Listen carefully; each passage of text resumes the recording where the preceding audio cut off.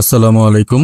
আজ সোমবার ১লা ডিসেম্বর ২০২৫, ১৬ অগ্রহায়ণ ১৪৩২ বঙ্গাব্দ, ৯ জমাদিউস-সানি ১৪৪৭ হিজরি।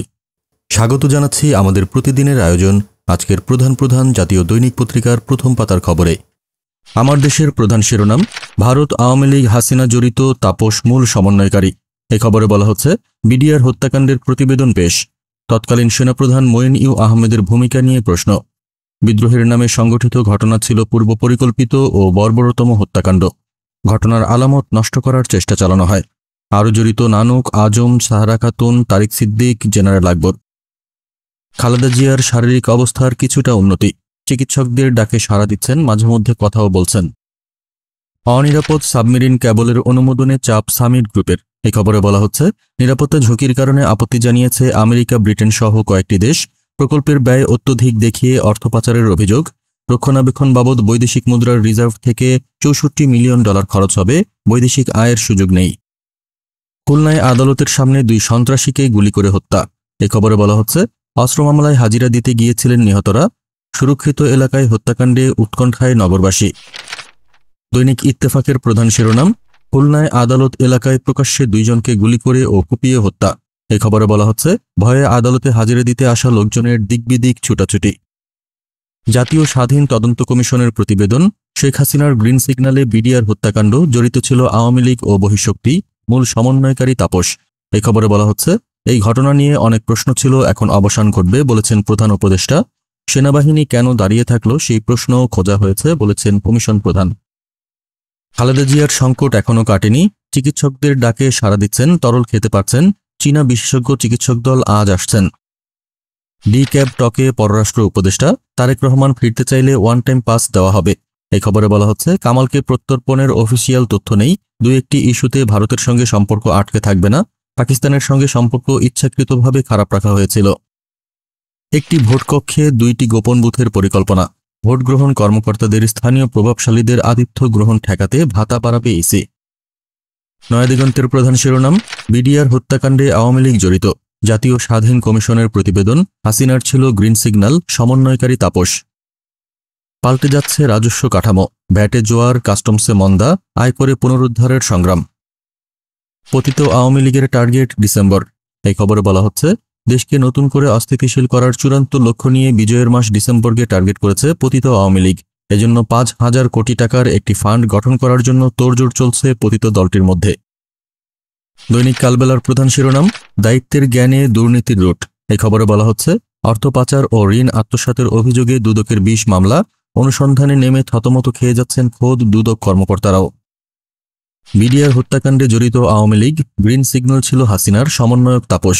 এই খবরে বলা হচ্ছে, শেখ সেলিম, নানক, আজম, সাহারা খাতুনও ছিলেন সম্পৃক্ত।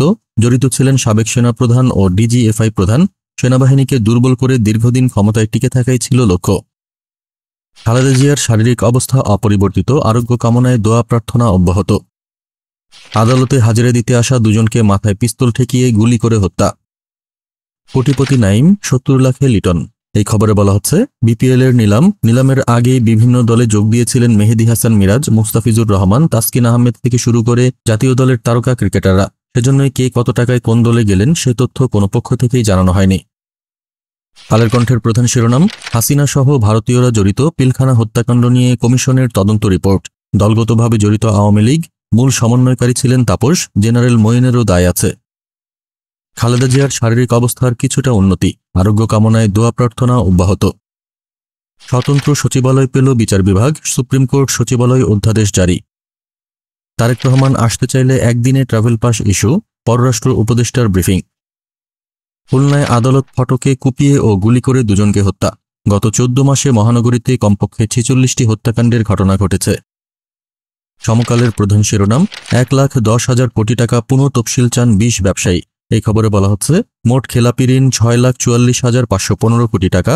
মোট ঋণের খেলাপি ৩৫.৭৩%, ২% ডাউন পেমেন্ট দিয়ে ১০ বছরের জন্য পুনঃ তফসিলের সুযোগ। ক্ষত নিয়ে দাঁড়িয়ে আছে মুক্তিযুদ্ধের ভাস্কর্য। এই খবরে বলা হচ্ছে, মুজিবনগর স্মৃতি কমপ্লেক্সের ক্ষতি নিরূপণ করেছে গণপূর্ত বিভাগ। মুক্তিযুদ্ধের ইতিহাস মোছা যায় না এবং এখানে কোনো কিছু আরোপ করা হবে না বলেছেন ফারুকী আজম, উপদেষ্টা মুক্তিযুদ্ধ বিষয়ক মন্ত্রণালয়, চলতি বছর মুজিবনগর দিবসে। খালেদা জিয়ার অবস্থার কিছুটা উন্নতি, মাঝে মধ্যে কথা বলছেন, তরল খাবারও খেতে পারছেন। আদালতের বাইরে গুলির পর দুজনকে কুপিয়ে হত্যা, নিহতরা পলাশ গ্রুপের, অভিযোগ গ্রেনেড বাবু গ্রুপের বিরুদ্ধে। খুলনায় ১৬ মাসে ৪৮ জন খুন, নভেম্বরেই ৭। বিডিআর হত্যাকাণ্ডে সবুজ সংকেত দেন শেখ হাসিনা, তদন্ত কমিশনের প্রতিবেদন। দলগতভাবে আওয়ামী লীগ জড়িত, প্রধান সমন্বয়ক ছিলেন তাপস। যুগান্তরের প্রধান শিরোনাম, বিডিআর হত্যাকাণ্ডে কমিশনের প্রতিবেদন, বহিঃশক্তি ও আওয়ামী লীগ জড়িত। যেসব বিডিআর সদস্যের সঙ্গে শেখ হাসিনা বৈঠক করেছেন তাদের সঠিক নাম পরিচয় ও তথ্য সংরক্ষণ করা হয়নি। রাষ্ট্রীয় ক্ষমতার অপব্যবহার, রক্ষকী ভক্ষকের ভূমিকায়, ফোনে আড়ি পেতে মাদক ব্যবসা। এই খবরে বলা হচ্ছে, মাদক ব্যবসার বড় হাতিয়ার এনটিএমসির কল রেকর্ডের তথ্য কাজে লাগাচ্ছেন দায়িত্বে থাকা কর্মকর্তা কর্মচারীরা। সোর্স মানির বিনিময়ে বিক্রি হচ্ছে গোয়েন্দা তথ্য।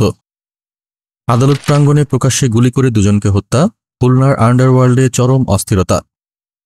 রাজনীতিতে ছোট দলগুলোর কদর, জোটে আছে ভোটে নেই।